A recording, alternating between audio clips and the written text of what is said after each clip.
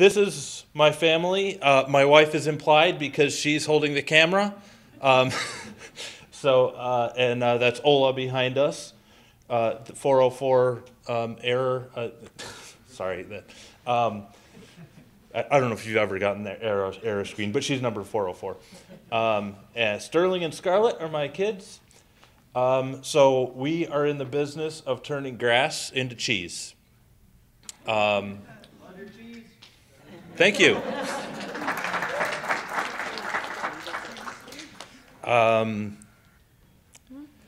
So the next one we're going to see is, this is our farm throughout the years, just kind of, starting in 1930.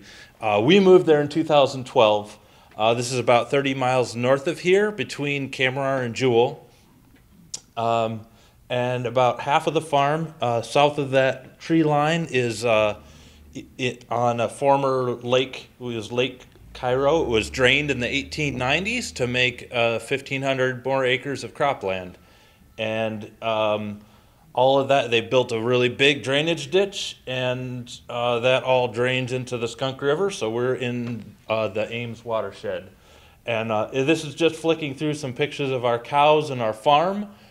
So our system is, we're 100% grass-fed, which means that we are based on mostly perennial grasses. So we are grazing cropland with perennial grasses, and the benefits to water quality are huge. We've heard all sorts of things tonight about how important roots are to filtering water, to letting water go down deeper, and so forth. So we're letting our whole farm is covered year-round, and the cows are grazing it, and we manage it intensively. They're moved twice a day, and then it usually gets, depending on the time of year, 3 weeks to 3 months of rest between grazings. Sometimes we do, and we need to do a new seeding, we'll till it up and we'll put in some annual crops. This is sorghum sudan grass, which we graze, or hay. That's Tika. The cows love it. It's a really good quality forage. It grows, it's a warm season annual, so it grows really well in the summer when our cool season pastures slow down. And the other thing I like about having a grass farm is that we have lots of grassland birds, lots of wildlife. The deer love to come and graze on our farm. We have many pheasants.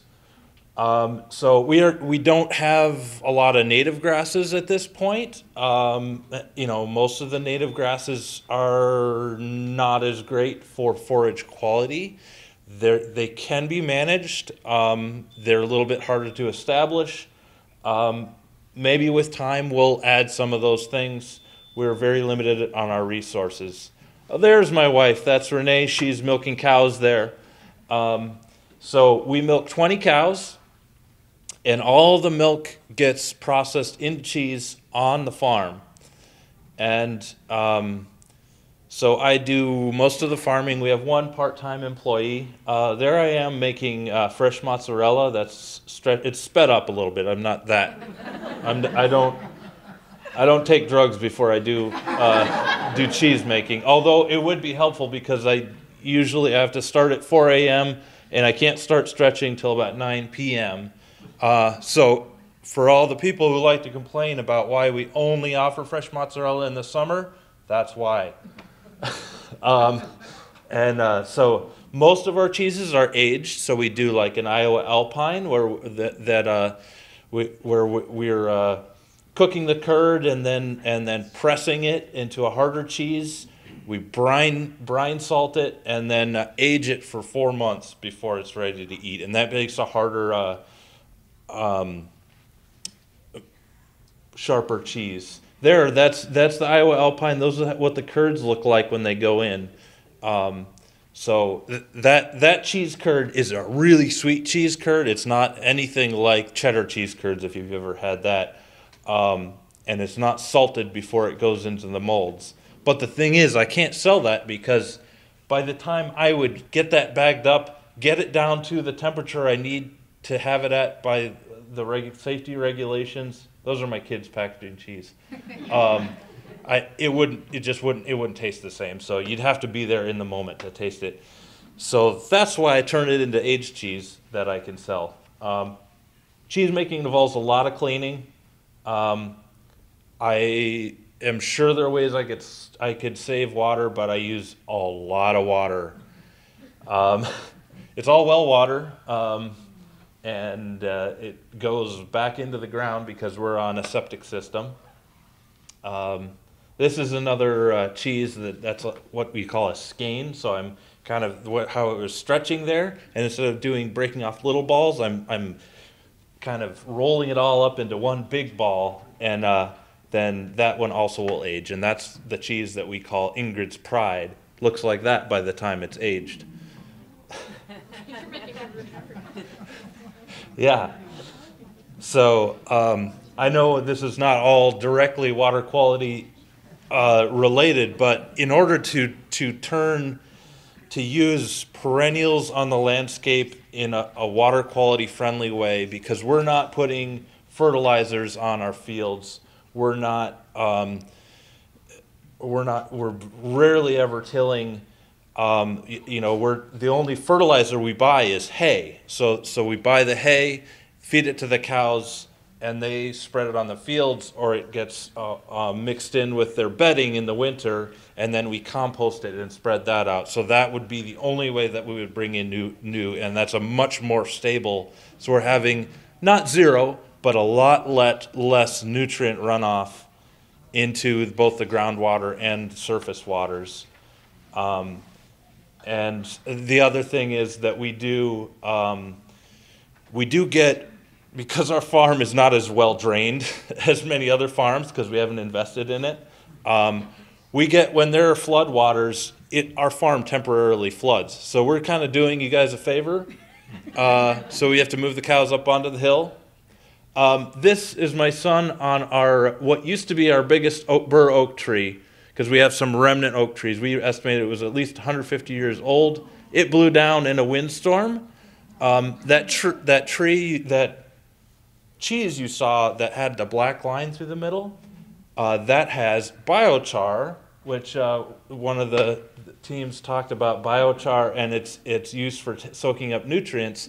I use it and so this is the wood from that tree, and this is the pot I use to make biochar.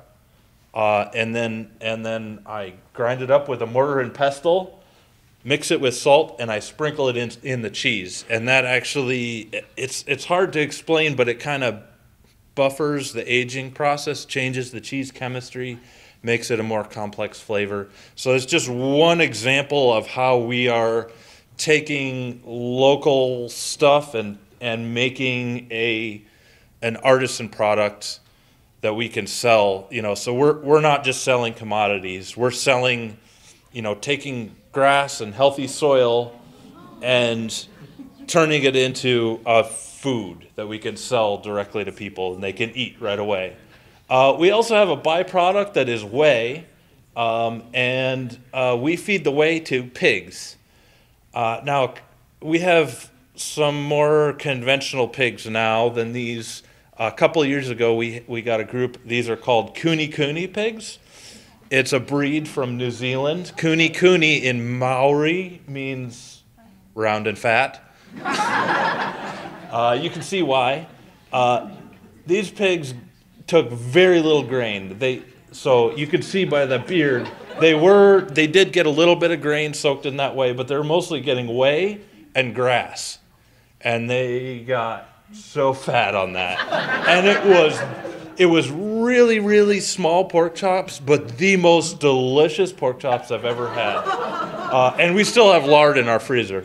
If anybody wants some lard, talk to me. From 2 years ago.